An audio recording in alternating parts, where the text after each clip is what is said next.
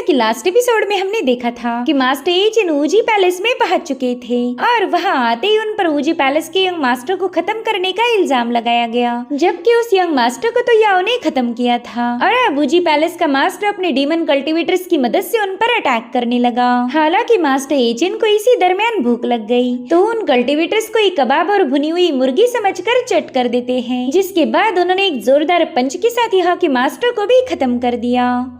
अब आगे तो इस एपिसोड की शुरुआत में हमें क्लाउड हिडन सिक का सीन दिखाया गया, जहाँ की हॉल मास्टर को ऊजी पैलेस के डिस्ट्रॉय होने की खबर मिलते ही वो काफी ज्यादा शॉक और गुस्सा हो गया। वो अपने हॉल के एल्डर से पूछने लगा कि आखिर इतनी हिम्मत किसमें है जो ऊजी पैलेस को डिस्ट्रॉय कर दे। क्या आप मुझे बता सकते हो कि वो बंदा दिखता कैसे है? तो उस एल्डर ने तुरंत ही अपने हॉल मास्टर के सामने एक तस्वीर पेश की, जिसे देखते साथ ही वो मास्टर थोड़ा सा कंफ्यूज होकर कहने लगा कि क्या ऐसे भी लोग हमारी दुनिया में एग्जिस्ट करते हैं? मुझे ऐसा लगता है कि मैंने इस बंदे को पहले भी कहीं पर देखा है, लेकिन मुझे ठीक से याद नहीं आ रहा। दरअसल यहाँ पर मास्टर एचिन की तस्वीर होनी चाहिए थी, क्योंकि उन्होंने ही तो ऊजी पैलेस को उजाड़ दिया था, मगर ये तो किसी और की ही स्केच है। और अब यही तस्वीर वांगलिन वैली में भी स्प्रेड हो गई। यहाँ का एल्डर कहने लगा कि ये बंदा तो मेरी उम्र का लगता है। अगर इस अकेले ने ऊजी पैलेस को डिस्ट्रॉय किया तो मुझे इसमें कोई ताज्जुब नहीं हो रहा, क्योंकि इस कल्टीवेशन की दुनिया में जो भी बंदा कई साल सरवाइव कर जाए तो उसके पास डोमिनेटिंग पावर्स होना तो आम बात है। और ऊजी पैलेस की तबाही की खबर कियानियन माउंटेन पर भी पहुंच गई थी। वहाँ का मास्टर कहने लगा कि ये बंदा इंसान कम और जानवर ज्यादा लग रहा। मेरे ख्याल से ऊजी पैलेस के मास्टर ने ऐसी जानवर को रेज किया होगा,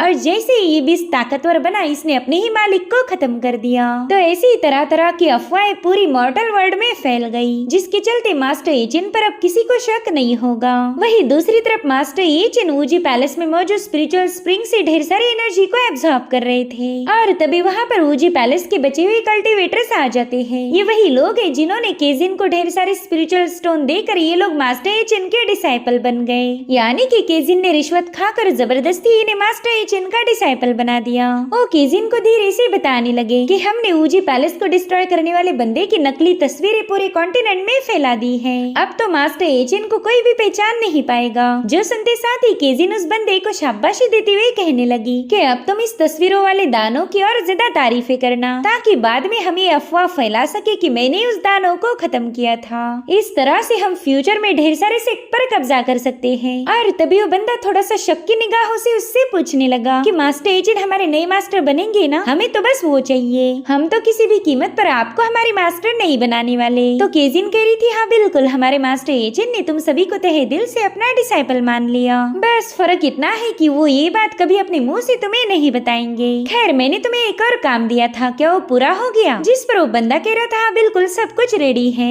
वही दूसरी तरफ मास्टर एचिन के पास कॉइन का बना हुआ एक आर्टिफैक्ट था। वो कहते पता नहीं मेरा वो सेलेस्टियल आर्टिफैक्ट कहाँ गायब हो गया। पिछले 3 दिनों से वो एक बार भी मेरे सामने नहीं आया। साथ ही मॉर्टल वर्ल्ड की स्पिरिचुअल एनर्जी की स्प्रिंग काफी ज्यादा अजीब है। मैं इसे इतनी ज्यादा क्वांटिटी में एब्जॉर्ब कर रहा हूँ, लेकिन फिर भी मुझे अपनी बॉडी में कोई बदलाव नजर नहीं आ रहा। खैर मेरी मास्टर चाहती थी कि मैं उनके आर्टिफैक्ट को हमेशा साथ रखूं, तो अब मुझे कुछ भी करके उस सेलेस्टियल आर्टिफैक्ट को अवेकन करना होगा। भले इसके लिए ढेर सारे स्पिरिचुअल पावर की जरूरत पड़ेगी, लेकिन उसका तो मैं कहीं ना कहीं से जुगाड़ कर ही लूंगा। यहाँ पर मास्टर एचिन अपने डिवाइन पावर्स का यूज करते उस स्प्रिंग को बड़ी तेजी के साथ शेक करने लगे, जिसके चलते उस स्प्रिंग में से ढेर सारी स्पिरिचुअल पावर बाहर आकर उनकी बॉडी में समाने लगी। उनके आसपास इस एनर्जी का फ्लो क्रिएट होते हुए उन्होंने वो सारी पावर एब्जॉर्ब कर ली, मगर इतनी सारी एनर्जी एब्जॉर्ब करने पर भी उस सेलेस्टियल आर्टिफैक्ट वापिस नहीं आया, जो देखकर तो मास्टर एचिन थोड़ा सा परेशान हो गए। उन्हें समझ नहीं आ रहा था कि टीएनजी आर्टिफैक्ट को दोबारा से अवेकन कैसे किया जाए, क्योंकि वही टीएनजी आर्टिफैक्ट उन्हें अगली ट्रायल के बारे में बता सकता था, और फिर उस ट्रायल को पास करके वो वापस से डिवाइन रेल्म में जा सकते हैं।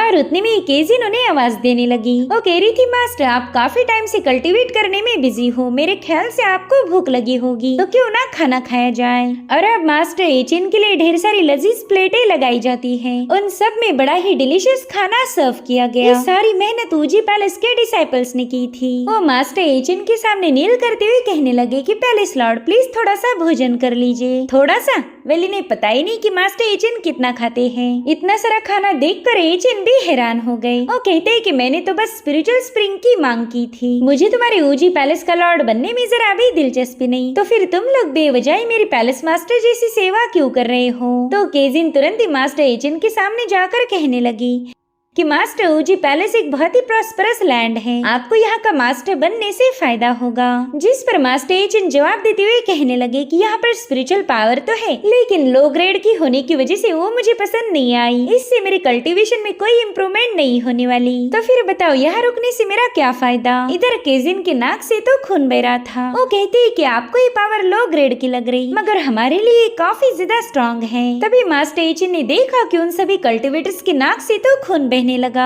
दरअसल वहाँ मौजूद स्ट्रॉन्ग स्पिरिचुअल एनर्जी की वजह से इन सभी को तकलीफ हो रही थी, सिवाय मास्टर एचिन को छोड़कर। वो हैरान होकर कहने लगे कि मॉर्टल और इमॉर्टल्स की बॉडी में तो वाकई बहुत बड़ा फर्क है। और उतने में वो कल्टिवेटर्स उन्हें बताने लगे कि क्लाउड हिडन सेक्ट में एक ऐसा ट्रेजर है जिसका यूज करके हम किसी भी स्पिरिचुअल पावर को और ज्यादा स्ट्रॉन्ग और प्योर बना सकते। अगर वो ट्रेजर हमारे हाथ लग गया तो हम यहाँ की स्पिरिचुअल पावर की क्वालिटी को इम्प्रूव कर पाएंगे। और उतने में वहाँ पर काफी स्ट्रॉन्ग एनर्जी रिलीज होने लगी, जिससे वो सारा खाना धनाधन से गायब होकर सीधे मास्टर एचिन के पेट में पहुंच गया। वो एक लेग पीस खाते हुए केजिन से कहने लगे कि चलो फिर हमारा अगला लोकेशन है क्लाउड हिडन फैक्शन, हम उनसे वो ट्रेजर उधार मांगेंगे। तो केजिन भी तुरंत ही उन्हें फॉलो करने लगी। अब अगले सीन में हम देख पाते हैं कि ये दोनों भी क्लाउड हिडन सेक्ट के बाहर पहुंच गए। केजिन मास्टर एचिन को बता रही थी कि क्लाउड हिडन सेक्ट काफी ज्यादा पावरफुल है, अगर हम उनसे उनका ट्रेजर उधार मांगे तो मुझे पूरा यकीन है कि वो हमें मना कर देंगे। तो क्यों ना आप यहीं पर आराम कर लो और तब तक मैं जाकर उस ट्रेजर को चुरा के लाती हूँ। मेरे ख्याल से वो ट्रेजर उधार मांगने के बजाय उसे चुराना ही सही रहेगा। मगर मास्टर एचिन कहने लगे कि मुझे तो लगता है कि वो लोग मेरी हर एक बात को मान लेंगे। दरअसल वहाँ पर एक नोटिस थी जिसे मास्टर एचिन ने पढ़ लिया। उस पर लिखा था कि कोई भी आओ और हमारा ट्रेजर लेके जाओ। और मास्टर एचिन तो इतने ज्यादा भोले कि उन्होंने तुरंत ही इस बात पर यकीन कर लिया और फिर वो बड़ी खुशी से उस ट्रेजर को हासिल करने के लिए रवाना हो गए। ये सब देख कर केजिन कह रही थी कि मैंने इतने सालों से चोरी की है, न जाने कितने ही सारे लोगों से मेरे पाले पड़े, लेकिन ये बंदा उन सबसे अलग है।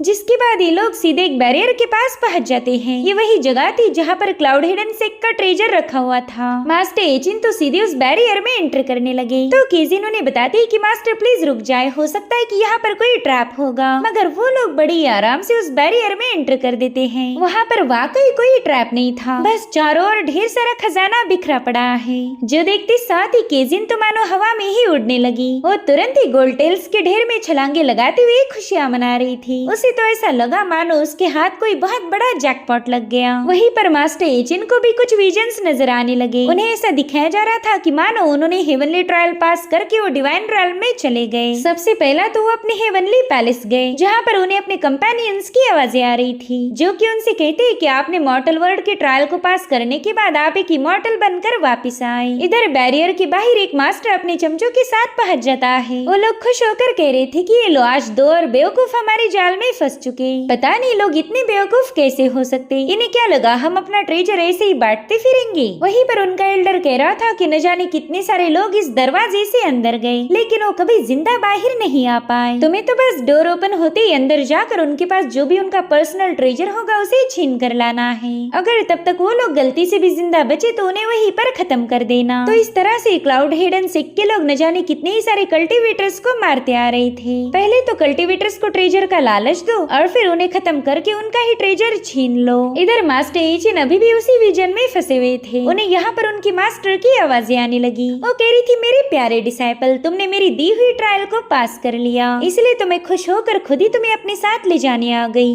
अब हम दोनों सीधे डिवाइन रेल्म जाने वाले हैं, जहाँ पर हम दोनों हमेशा साथ रहेंगे। लेकिन 9 हेवन से डिवाइन रेल्म जाने के बजाय मास्टर एक बड़ी ही डरावनी सी जगह पर पहुंच गए, जहाँ पर हर तरफ बस लावा ही लावा था। साथ ही साथ आसमान से दहक रहे लाइटनिंग ने उन पर अटैक कर दिया। मगर मास्टर एचिन ने अपने आसपास शील्ड फॉर्म करते ही वो अटैक फेल हो चुका था। मास्टर एचिन कहने लगे कि पता नहीं ये फालतू ट्रिक्स लोग यूज कैसे करते हैं। मुझे तो लगा था कि असेंशन के बाद की दुनिया कैसी होगी इसकी तुम्हारे पास कोई ना कोई आइडिया जरूर होगी, मगर तुम्हें तो इसके बारे में कुछ पता नहीं। क्या तुम वाकई ऐसी घटिया जगह दिखाकर मुझे अपने इल्यूजन में ट्रैप करना चाहते थे? बड़ी ही बेकार आइडिया है। जो सुनते साथ ही वहाँ मौजूद डीमन मास्टर एचिन पर भड़क गया। वो कह रहा था, लड़की तेरी इतनी हिम्मत कि तू मेरी इल्यूजन का मजाक उड़ाए। अबे घोचू, तेरे पहला मैं हजारों लोगों को यहाँ पर मार चुका हूँ, इसलिए मेरे सामने ज्यादा होशियार नहीं बनने का। और अब वो डीमन उनके सामने अपीयर हो गया। मास्टर कह रही थी, चलो ये तो अच्छा हुआ कि तुमने ये बेकार सी गेम जल्दी बंद कर दी। दरअसल ये है सोल बर्निंग स्पिरिट गैदरिंग मेज। इसी ट्रेजर की तलाश में ये लोग यहाँ आए थे। अब वो आर्टिफैक्ट मास्टर एचिन से कहने लगा कि बेवकूफ बच्चे, तूने इस महान लॉर्ड को गुस्सा दिलाया, इससे तो तू जल्दी ही मारा जाएगा। और फिर उस बड़े से डीमन ने सीधे मास्टर एचिन को निगल लिया। उस डिमोनिक आर्टिफैक्ट को लग रहा था कि मैंने तो इस बंदे का शिकार कर लिया है। मगर उतने में ही डिवाइन लॉर्ड एचिन हंसते हुए कहने लगे कि शायद तुमने ऐसे इल्यूजन बनाकर न जाने कितने सारे मॉर्टल्स को मारा होगा, मगर इस बार तुम्हारे सामने कोई मॉर्टल नहीं बल्कि इमॉर्टल है। और फिर वहाँ पर बड़ी ही तेजी के साथ बड़े बड़े ब्लास्ट होने लगे। वो डीमन जोर जोर से चिल्ला रहा था कि हे ऊपर वाले, इस बार ही मैंने क्या खा लिया। और फिर थोड़ी देर में इल्यूजन वैनिश होकर हम उस आर्टिफैक्ट को देख पाते हैं जिसे एक पेड़ में फंसा कर रखा हुआ था। वेल, ये वही आर्टिफैक्ट है जिसने थोड़ी देर पहले मास्टर एचिन को निगलने की जरूरत दिखाई थी। और अब वो दर्द से चिल्लाते हुए कहने लगा कि बाप रे बाप, मेरे दांत इतने ज्यादा दर्द क्यों कर रहे हैं। मेरे भाई, आखिर तुम किस मेटल से बने हो यार? तुम्हारी बॉडी को चबाने की वजह से मुझे काफी ज्यादा तकलीफ हो रही। मगर मास्टर एचिन इसका कोई जवाब नहीं देते। उल्टा वो उस आर्टिफैक्ट से कह रहे थे कि तुम्हारी बॉडी से रिलीज होने वाली और आइस मॉर्टल वर्ड से बिलोंग नहीं करती। और फिर मास्टर अपने उसी क्यूट और इनोसेंट अंदाज में कहते हैं कि नी हाउ, मैं हूँ तुम्हारा नया मास्टर एचिन, आज के बाद तुम मेरे साथ रहोगे। और अब उन्होंने सोल बर्निंग मेज को पेड़ से बाहर उखाड़ लिया। वो स्टाफ उनसे कह रहा था कि कहीं तेरा दिमाग तो खराब नहीं हुआ। बच्चे, शायद तुझे पता नहीं होगा इसलिए बता दूं, तूने जिसे दबोचने की गुस्ताखी की है वो डिवाइन रॉल्म के 7वें हेवंस के डीमन लॉर्ड का ट्रेजर है।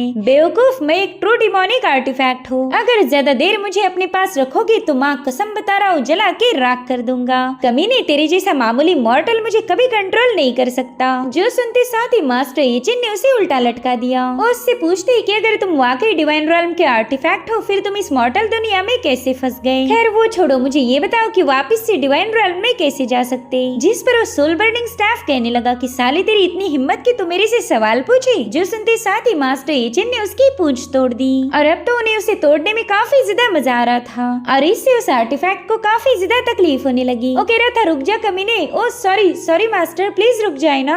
इस नन्ही सी कोमल जान पर थोड़ा तो रहम दिखाइए ना। देखिए मास्टर, मैं ऑलरेडी काफी ज्यादा परेशान हूँ, इसलिए मुझे और तंग ना करे। मैं तो न जाने कई सौ सालों से यहाँ पर फंसा हुआ हूँ। अगर मुझे डिवाइन रॉल्म वापस जाने का रास्ता पता होता तो क्या आपको मैं यहाँ मिलता? ना बिल्कुल नहीं। मैं तो इस बेकार से रॉल्म को छोड़कर कब का ही रवाना हो जाता। तो अब मास्टर एचिन को भी उसकी इन बातों पर यकीन हो गया। ओके थी, चलो जल्दी से मेरे लिए कुछ स्पिरिचुअल पावर एब्सॉर्ब कर लो। और फिर उन्होंने दोबारा से उस ट्रेजर को पेड़ में धसा दिया, जिसके बाद उस स्टाफ अपने डिमोनिक पावर का यूज करते हुए वहाँ की स्पिरिचुअल एनर्जी को एब्सॉर्ब कर पूरी की पूरी पावर लॉर्ड एचिन में डाल देता है, जिसके चलते वहाँ पर एक जोरदार धमाका हो गया। साथ ही साथ वहाँ पर जो खजाने के ढेर थे वो गायब होकर रियलिटी सामने आ गई। खैर उस जगह पर जो सोने के ढेर थे वो दरअसल सोना ना होकर हड्डियां थी। इधर मास्टर एचिन उस आर्टिफैक्ट की तारीफें करते हुए कहने लगे कि तुम तो मामूली सी स्पिरिचुअल एनर्जी को काफी स्ट्रॉन्ग बना सकते हो। जिस पर वो आर्टिफैक्ट भी अपनी तारीफें करते हुए कहने लगा कि मेरे जैसा महान आर्टिफैक्ट तुम्हें। लेकिन उसकी बात पूरी होने से पहले मास्टर एचिन उसे दबोच लेते हैं। इधर केजिन जो बड़े ही मजे से गोल्ड टेल्स के साथ खेल रही थी, उसका इल्यूजन भी ब्रेक हो गया। उसने देखा कि यहाँ पर गोल्ड ना होकर ढेर सारी हड्डियां थी। इधर बैरियर के बाहर ही सभी कल्टिवेटर्स इन दोनों के मरने का इंतजार कर रहे थे, मगर काफी देर से उन्हें कोई भी चिल्लाने की आवाज सुनाई नहीं दी थी। तो कल्टिवेटर्स अपने एल्डर से पूछने लगे कि क्या हमने अंदर जाकर चेक करना चाहिए। तो मास्टर तुरंत ही उन्हें अंदर भेज देता है, मगर जितनी तेजी से वो बैरियर में एंटर किए उतनी ही दुगनी तेजी के साथ बाहर पटके गए। वो एल्डर तो इन दोनों को देखकर काफी ज्यादा हैरान था। मास्टर एचिन ने तुरंत ही अपने आर्टिफैक्ट को काम पर लगा दिया। उससे कहते हैं कि मुझे स्पिरिचुअल पावर की जरूरत है, तो जाओ जाकर कलेक्ट करो। जो सुनते साथ ही वो आर्टिफैक्ट तुरंत ही उस एल्डर और उसके डिसाइपल से माफी मांगते हुए कहने लगा कि दोस्तों, मैं तुम्हारी स्पिरिचुअल पावर को लेना तो नहीं चाहता, लेकिन ये मेरे मास्टर का हुक्म है। तुम इतने सालों से मुझे ढेर सारे कल्टीवेटर्स भेजते रहे और उसके लिए मैं तुम्हारा तहे दिल से शुक्रिया करता हूँ। लेकिन आज मुझे इस बंदे की बात माननी पड़ेगी क्योंकि मैं इसे हरा नहीं पाया। और अब वो ट्रेजर अपनी डिमोनिक पावर्स को एक्टिवेट कर देता है। ये सभी लोग तो डर के मारे इधर उधर भाग रहे थे ताकि खुद की पावर्स को बचा पाए, मगर थोड़ी देर में वहाँ पर एक एक्सप्लोजन होकर उन सबकी स्पिरिचुअल एनर्जी और आर्टिफैक्ट अपने मास्टर को दे देता है।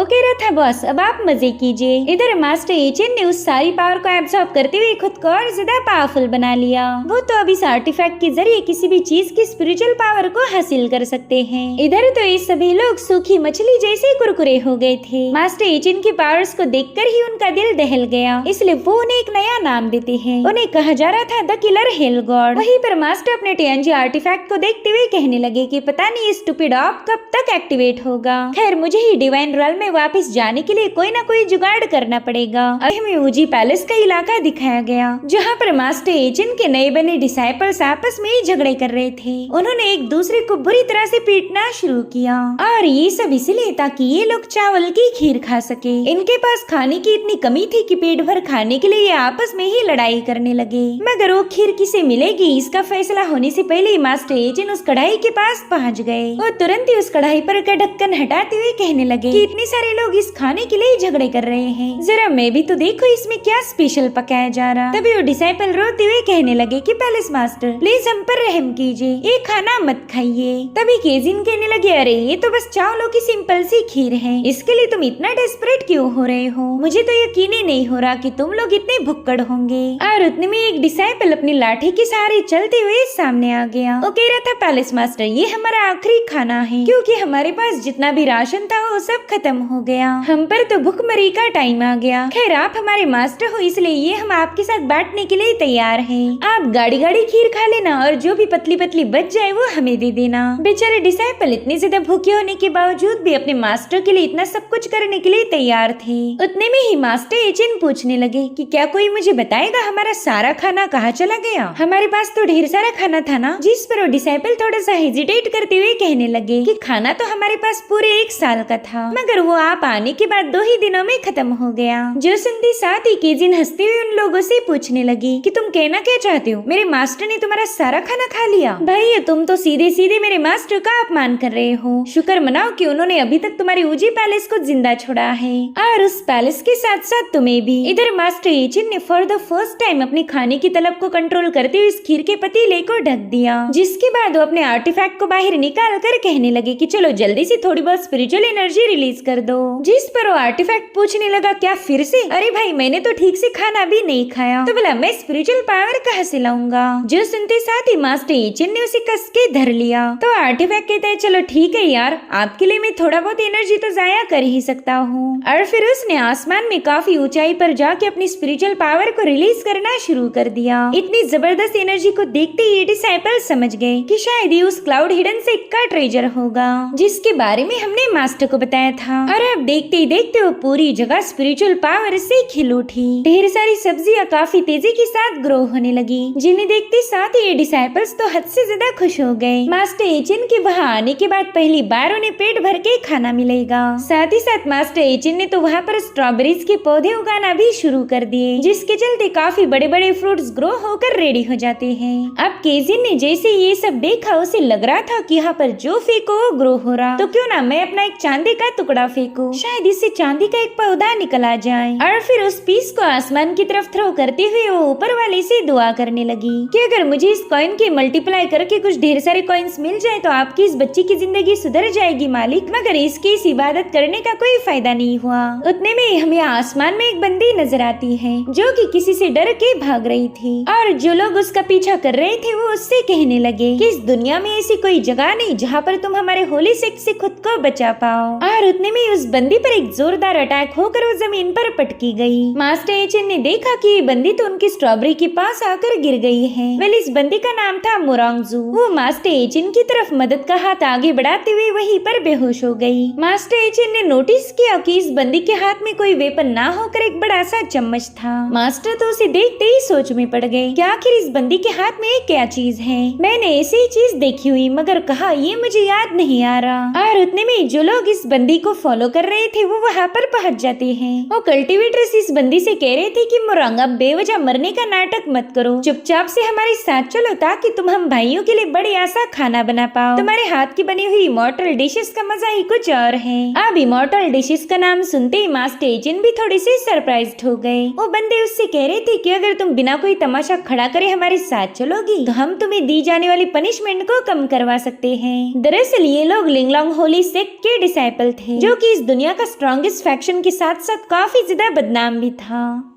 साथ ही वो डिसाइपल्स कहने लगे कि अरे ये तो ऊजी पैलेस के लोग हैं, लेकिन ये लोग तो कल्टीवेट करने के बजाय खेती पर ध्यान दे रहे। वहीं पर केजिन अपने मास्टर को बताने लगी कि ये लिंगलोंग होली सेक्ट के डिसाइपल्स हैं। इन्हें मार्शल वर्ल्ड में बड़ी खूंखार ठग्स के नाम से जाना जाता। भले इनका सेक्ट पावरफुल हो, मगर ये लोग हमारी दुनिया में बदनाम है, इसलिए आप इनके साथ फाइट ना करो तो ही बेहतर होगा। जिस पर मास्टर एजेंट कहते हो अच्छा, लेकिन ये ठग्स का मतलब क्या होता है? उनके सवाल से बेचारी केजिन सोचने लगी कि पता नहीं ये बंदा इतना मासूम कैसे हो सकता। और उतने में होली सेक्ट का एक बंदा उनकी स्ट्रॉबेरीज को क्रश करते हुए आगे बढ़ने लगा। वो मास्टर एजेंट से कहता है कि जल्दी से इस बंदी को हमारे हवाले कर दो और बदले में हम भी बिना तुम्हारी कुटाई करे यहाँ से चले जाएंगे। यहाँ पर मास्टर एजेंट को इन लोगों पर गुस्सा आ रहा था, क्योंकि उन्होंने इनकी स्ट्रॉबेरीज को क्रश कर दिया था।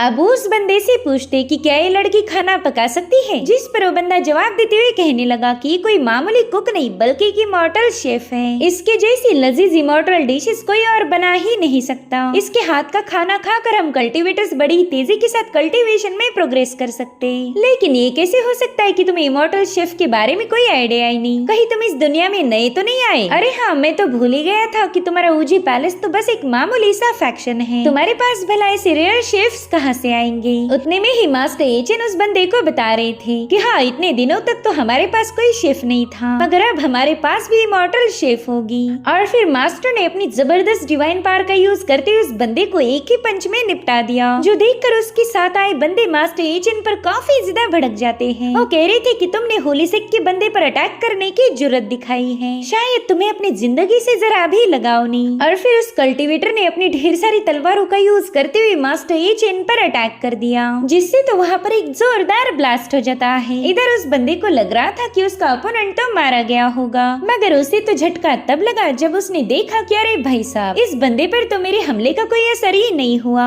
और फिर मास्टर एजेंट उन सभी तलवारों को ब्लास्ट करते हुए उसी बंदे पर अटैक कर देते हैं, जिससे तो बंदा सीधे धरती से लेकर आसमान की तरफ सितारा बन के उड़ गया।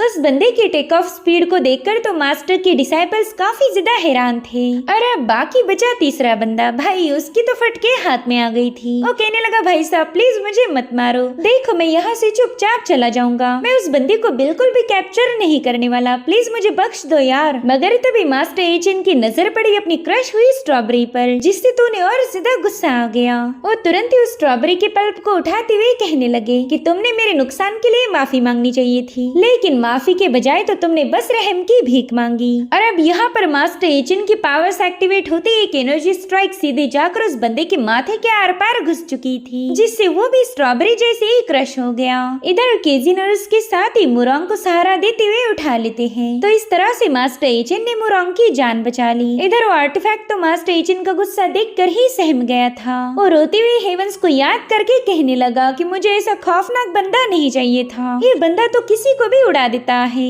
मुझे तो कोई ऐसा मास्टर चाहिए था जो मेरा लाड करे, मेरी केयर करे, लेकिन ये तो बिल्कुल उसका अपोजिट है। अब मुरोंग अगले दिन तक थोड़ी बहुत रिकवर्ड हो चुकी थी, तो वो मास्टर एजेंट की मदद के लिए उनका शुक्रिया अदा करती है। मास्टर एजेंट उससे पूछ रहे थे कि बताओ उन लोगों ने तुम पर किस चीज से अटैक किया था? जरूर से उन्होंने कोई पावरफुल वेपन यूज किया होगा, इसीलिए तो तुम इतना ज्यादा घायल हो गई। जिस पर मुरोंग बताती है कि उनके पास एक पावरफुल विप था, जिससे उन्होंने मुझ पर कई सारे हमले किए, मगर बस थोड़ी दिनों में मैं पूरी तरह से ठीक हो जाऊंगी। तो केजिन उसे बताने लगी कि सिस्टर, मैं इस कल्टीवेशन की दुनिया को अच्छे से पहचानती हूँ। हमारी इस दुनिया में इमॉर्टल शेफ्स काफी रेयरली पाए जाते, और जिस भी मेजर फैक्शन के पास ऐसे शेफ हो तो वो लोग उन शेफ को बड़े ही प्यार और इज्जत से ट्रीट करते हैं। तो फिर उस लिंगलोंग होली सेक्ट ने तुम्हारे साथ इतना बुरा बर्ताव क्यों किया होगा? जिस पर मुरोंग बताने लगी कि होली सेक्ट काफी ज्यादा चालाक और बेरहम है। मुझे उनके बारे में ऑलरेडी पता था कि वो इस मार्शल वर्ल्ड में कितने ज्यादा बदनाम हैं, इसलिए मैंने उनके लिए खाना बनाने से इनकार कर दिया। मगर वो लोग दूसरों की इच्छाओं को हमेशा नजरअंदाज करते हैं। उन्होंने तो गुस्से में आकर मुझे कैद करवा दिया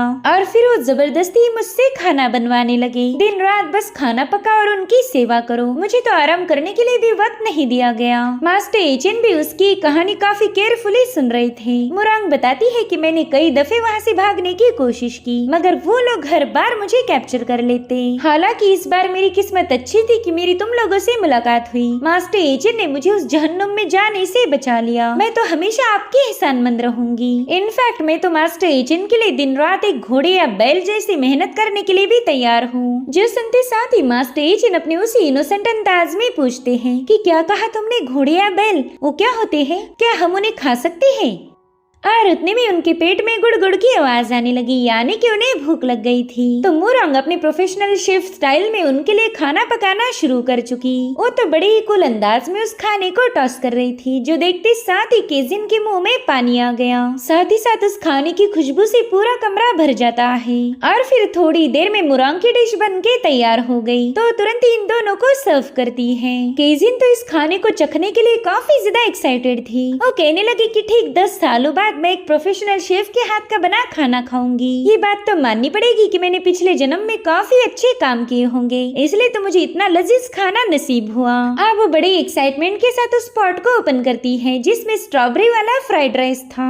अब जहाँ तक केजिन को पता है कि स्ट्रॉबेरी मीठी होती है, इसलिए उसे तीखे चावलों में डालना सही नहीं। तो वो थोड़ी सी परेशान होकर कहने लगी कि मेरी प्यारी बहना, ये कौन सा डार्क क्विज़िन है तुम्हारा? भला चावलों में स्ट्रॉबेरी कौन डालता? पता नहीं यार, ये राइस कैसा होगा। और फिर उसकी नजर पड़ी अपने मास्टर पर, जो कि बड़े ही तेजी के साथ अपने चावलों को एक ही सांस में खत्म कर चुके। जिसके बाद वो कह रही थी, वाह ये तो लाजवाब था, ये राइस तो वाकई डिलीशियस है। जिस पर मुरांग उन्हें बताने लगी कि अगर हमारे पास ताजा मटन होता तो मैं इससे भी बेहतर डिश बना के आपको खिला सकती थी। मेरे पास ऐसी कई सारी रेसिपीज है जो आपको पसंद आएगी। इधर केजिन ने कंफ्यूजन में एक बाइट खा लिया और खाते साथ ही उसकी बॉडी से बहुत ही स्ट्रॉन्ग एनर्जी रिलीज होने लगती है। वो तो मुरांग के हाथ का एक ही निवाला खाकर ब्रेक थ्रू कर गई। ये देखो, आर्टिफैक्ट भी उस चावल को टेस्ट करना चाहता था, मगर वो उसमें अपना मुंह घुसा पाए इससे पहले मास्टर एचिन बोल उठाकर उस पर भी भिड़ गए। यानी कि उन्होंने अपने खाने के साथ साथ केजिन का खाना भी चट कर दिया। जिसके बाद वो मुरांग से कहने लगे कि क्या मुझे थोड़ा सा और चावल मिल सकता है? उनकी ऐसी मासूम सी शक्ल देखकर मुरांग को बुरा लग रहा था। उन्हें बताते हैं कि फिलहाल तो हमारे पास खाना बनाने की ज्यादा सामग्री मौजूद नहीं, इसलिए मैं तो आपको पेट भर के खाना नहीं खिला सकती।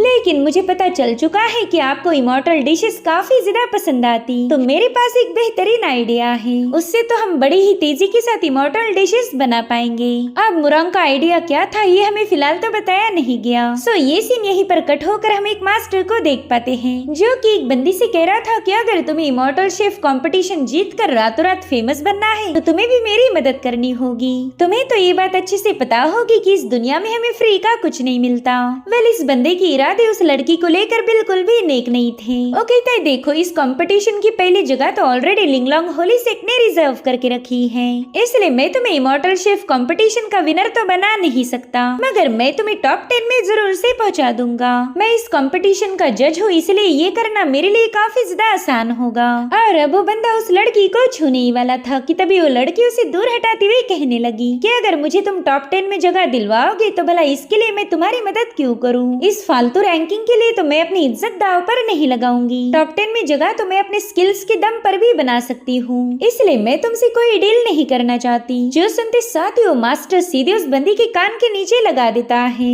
वो कह रहा था कि मैं ही इस इमॉर्टल शेफ कंपटीशन का स्पॉन्सर हूँ और साथ ही साथ जज भी, इसलिए तुम मेरे साथ कोई गुस्ताखी नहीं करोगी। और वैसे भी मेरे कमरे में जो भी लड़की आती है वो यहाँ से बाहर जाएगी या नहीं, इसका फैसला मैं लेता हूँ। उतने में ही मास्टर एचिन का स्टाफ सीधे आकर उस बंदे की पीठ में घुस जाता है, जो देखकर तो बंदी डर के मारे तुरंत ही वहाँ से भाग निकली। तब तक मास्टर एचिन भी वहाँ पर पहुँच चुके थे। इधर सोल आर्टिफैक्ट कहने लगा कि मॉर्टल्स तो बड़े ही कमीने हैं, हर एक चीज में इन्हें बस अपना फायदा नजर आता। अगर ऐसी बात है तो मुझे भी इस कॉन्टेस्ट का जज बनना। तभी मास्टर एचिन कहने लगे, हाँ बिल्कुल मैं भी जज बनूंगा, ताकि इस कॉन्टेस्ट में पकाया जाने वाला हर एक खाना मैं टेस्ट कर सकूं। और अब हमें इमॉर्टल शेफ कॉन्टेस्ट के लिए रजिस्ट्रेशन दिखाया गया, जहाँ पर कई सारे शेफ इसमें पार्टिसिपेट करना चाहते थे। जिनमें कि केजिन और मुरांग भी शामिल है। अब तो मुरांग को होली सेक्ट से कोई डर नहीं, क्योंकि उसे पता था कि मास्टर एचेन उसे बचा लेंगे और वो यहाँ पर आई है मास्टर एचेन के लिए खाने का जुगाड़ करने।